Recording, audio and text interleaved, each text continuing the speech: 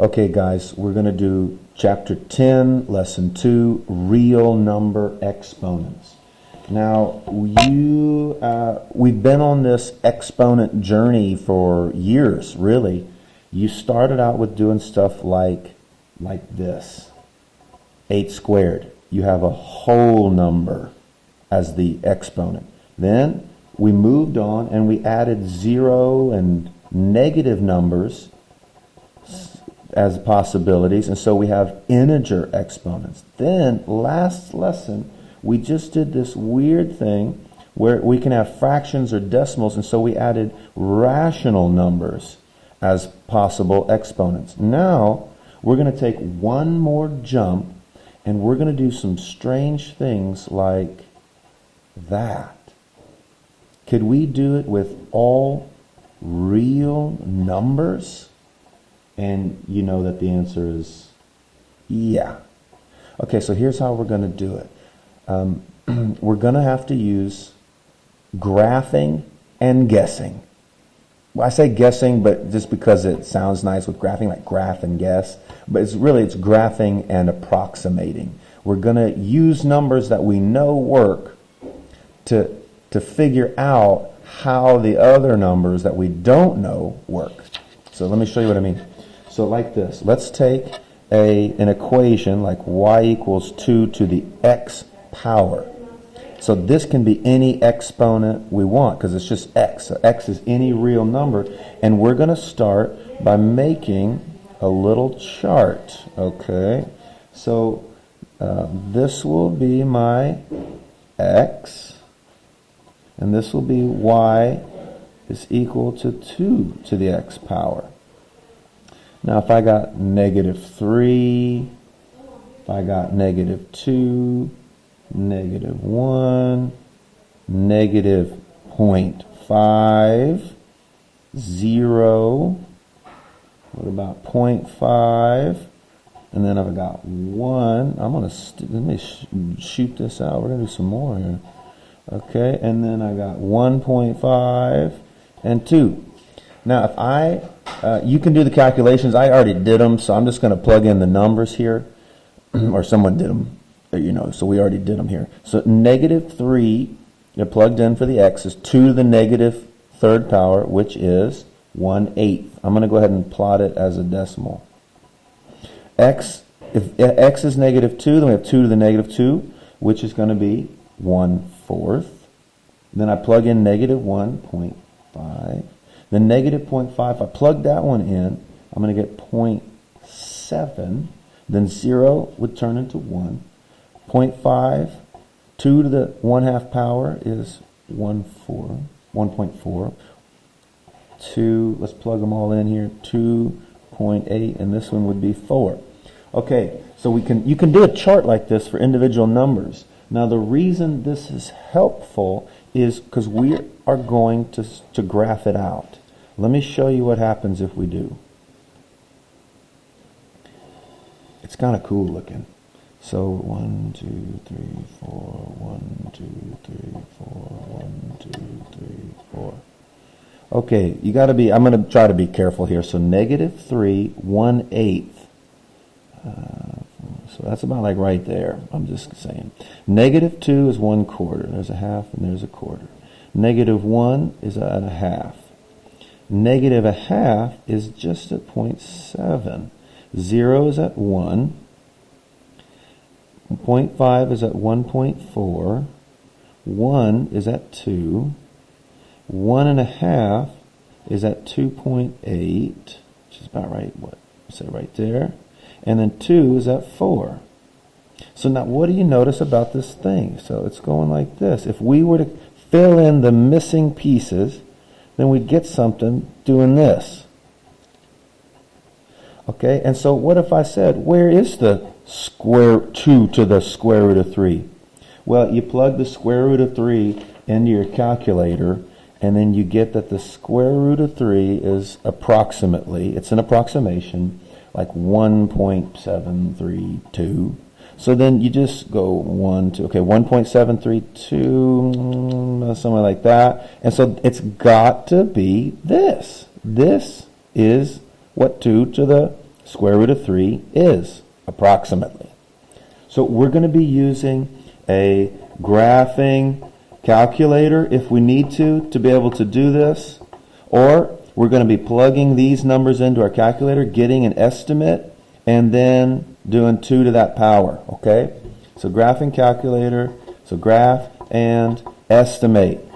That's how we're going to be doing these. So because, let's go back to this. So because these are all exponents, they all follow the rules of exponents. So if you have the same base, then you can do things with them. So let me show you a couple examples of what I'm meaning. So it's like this. Suppose I've got 6 to the square root of 2 power divided by 6 to the negative square root of 2 power. How do we do that? Well, 6 and 6 are the same. The bases are the same. So when you divide exponents with like bases, then you subtract the exponents from each other. So this is actually going to be 6 square root of 2 minus the negative square root of 2. Now, okay, let's not get lost with all this minuses. Okay, so 6 square root of 2 plus the square root of 2 is 6 times to the 2 times the square root of 2. And then look, 6 squared. So this turns into 36 to the square root of 2. The directions will say simplify. So we can simplify by combining these numbers and get the simplest answer possible. 36 to the square root of 2. And that's good. We don't have to actually plug in the number there. Let's do another one. 4 to the pi power, weird, times 2 to the 3 minus 2 pi power. Now we can't do anything unless the bases are the same. 4 and 2 are not the same, so you can't be doing some shenanigans like 4 times 2 is 8. What we're going to do instead is we're going to do 2 squared. That's the same thing as 4. So 2 to 2 pi is the same as 4 to the pi power times 2 to the 3 minus 2 pi power. Now when we multiply like powers, bases are the same, we add the exponents. So what we should get here is 2 to the 2 pi plus 3 minus 2 pi power. Now wait a minute, 2 pi minus 2 pi, that cancels, and we're left with 2 to the 3rd power, which is 8. The answer is 8. We simplified this and got 8. Who would have thought? One more like that. 3 to the 2 root 2 power raised to the root 2 power. Now remember, if you have a power raised to a power, you multiply the exponent. So I'm going to have 3 to the 2 root 2 times root 2. And that's going to turn into 3 to the 2 times 2, which is 3 to the 4th. 3 times 3 times 3 times 3 is 81. Done. Okay, there's one more thing we have to understand how to do here. And that's to solve exponential functions. Oh boy, you're going to get something like this. 8 to the x power is equal to 1/4. Now, suppose, how do we do this? Well, we're not going to be able to do stuff like this unless we get the bases to be the same. If we can't get the same bases, we're not ready to handle things like this yet. So let's make, I'm looking at 8 and I'm looking at 4 and I'm thinking, let's make a base of 2 if we can. So 8 is really 2 to the 3rd. Now 2 to the 3rd to the x power. And 4 is really 2 to the 2nd power.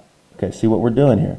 So now 2 to the 3x is equal to 2 to the negative 2. Now, once we have the bases the same, we're going to use the one-to-one nature of an exponential function to solve this. And what I mean by that is here are the graphs. It's interesting. Okay, interesting fact. Every exponential equation, when you graph it, will always go through this point 0, 1. Always. Think about it. You'll figure out why. Okay, so goes like that. Or if so, this one will happen if this number is bigger than 1. So if we'll call it b. If b is bigger than 1, this is your graph.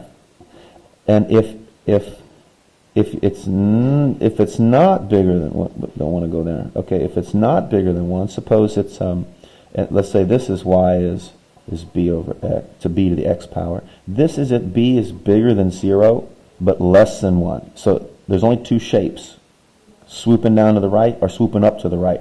And if your base is in between 0 and 1, you'll get this one. If it's bigger than 1, you get this one. Now, because I said the one-to-one nature of this, that means it'll only ever cross, like so. So if I have just one of these, because you're only going to have one. So there's only one number that matches the x and the y here. So there's only one. And so when I look at this, what that translates to is that this and this are going to be equal if the bases are the same. So if you get the bases the same, then the exponents have to be equal because there's only one possibility at that particular point. So 3x is equal to negative 2. Make the exponents equal to each other. Divide. So x is equal to negative 2/3. We solved it. We took this equation, 8 to the negative 2/3 power is 1/4. Let's do one more like that, and then we're done for the day. Okay, suppose I've got 5 to the 4 minus t power equals 25 to the t minus 1 power. Now, what's my first step? My first step is get the bases the same. You can't deal with the exponents unless the bases are the same. So 5 and 25, you're seeing what I'm seeing. We're going to make this 5 squared. And 5 squared is raised to the t minus 1 power. Now multiply the 2 times the t minus 1 because a power to the power multiplies the exponents.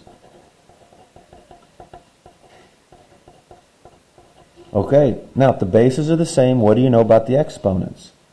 They have to be the same. So 4 minus t is equal to 2t minus 2. Okay, I'm going to add t, and then I'm going to add 2. So I've got 6 equals 3t. T equals 3. We got it, guys. Excuse me, 2. Haha. Now we got it. Okay, thanks so much. Let me know if you have any questions. You guys are ready for your assignment.